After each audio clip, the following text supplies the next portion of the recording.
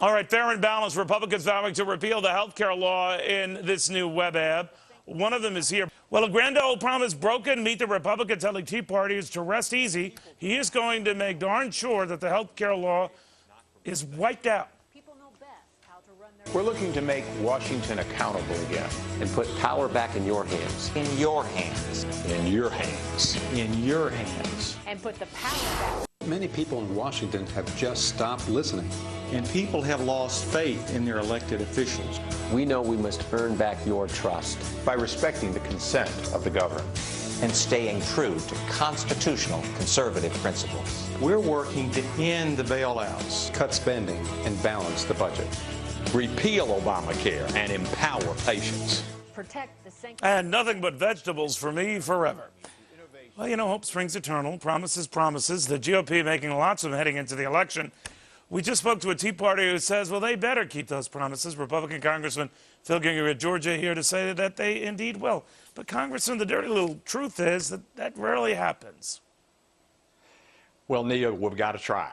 And I agree with what Sarah Palin said on that clip. The American people are going to hold us accountable. I hope it's not just a 2-year leash, but the point is we have to, members, rank and file, can't be led around by the nose, as the old saying goes, by our leadership. We've got to get in the trenches and make sure that we do what the American people want us to do. Like what? What would you do? Well, for one of the main things, of course, we talked about this today. John Boehner was in Atlanta. We were meeting with some CEOs here in the great city of Atlanta. And repealing the health care bill is certainly first on our agenda. That bill. How do you repeal something with a Democratic president? I mean, maybe you can slow it. Practically. Yeah, well, that's right. But the effort has got to be made. And then, of course, Neil, as you know, we've talked about this before on your show, the ability for the Congress to defund certain portions of the appropriations process that calls for spending, let's say, on the 15,000 IRS agents. And you simply say that's not going to be in the bill that we send to the president. I see. What about on entitlement spending? I know you guys, not you just particularly, but in general, Republicans talk a very good game on reining it in. But on Social Security, more to the point, would you curb benefits for some folks? Well, Neil, as John said, John Boehner, we have to have an adult conversation with the American people. I know that. But what would you do to cut? Where would you cut? Well, I think we have to look very closely at two things, two very important things. And one is that the individual personal account option for those under age 55. Young people need to look at that, and if they want to take a portion of Social Security and put it in an individual personal account that grows and doesn't just sit there and stagnate, then I think they should have the option to do that. We may very well have to look at whether or not it is economically viable to continue to let people take early Social Security retirement at age 62. And so, yeah, those are hard questions, but if we don't have the courage... Do you think you should means test it, Congressman, that, in other words, if you're well off, you shouldn't get as much Social Security or any Social Security? The same with Medicare. Course, pay higher deductibles, the better off you are. Sure. Well, you know, in Medicare modernization of the Prescription Drug Act back in 2003, for the first time, we did mean test Part B.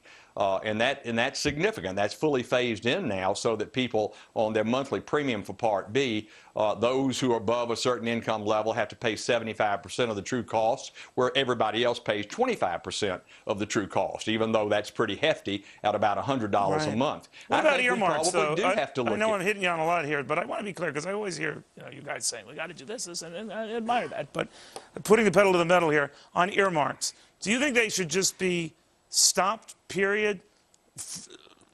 Neil, there's been a lot of discussion, as you know, I know it. There's been a lot of discussion about this, and certainly one of the options under our leadership, Republican majority, is to totally end, no more, forevermore, no more earmarks. Another option would be to say, I know that's one of the options. Look, would you be for totally ending them?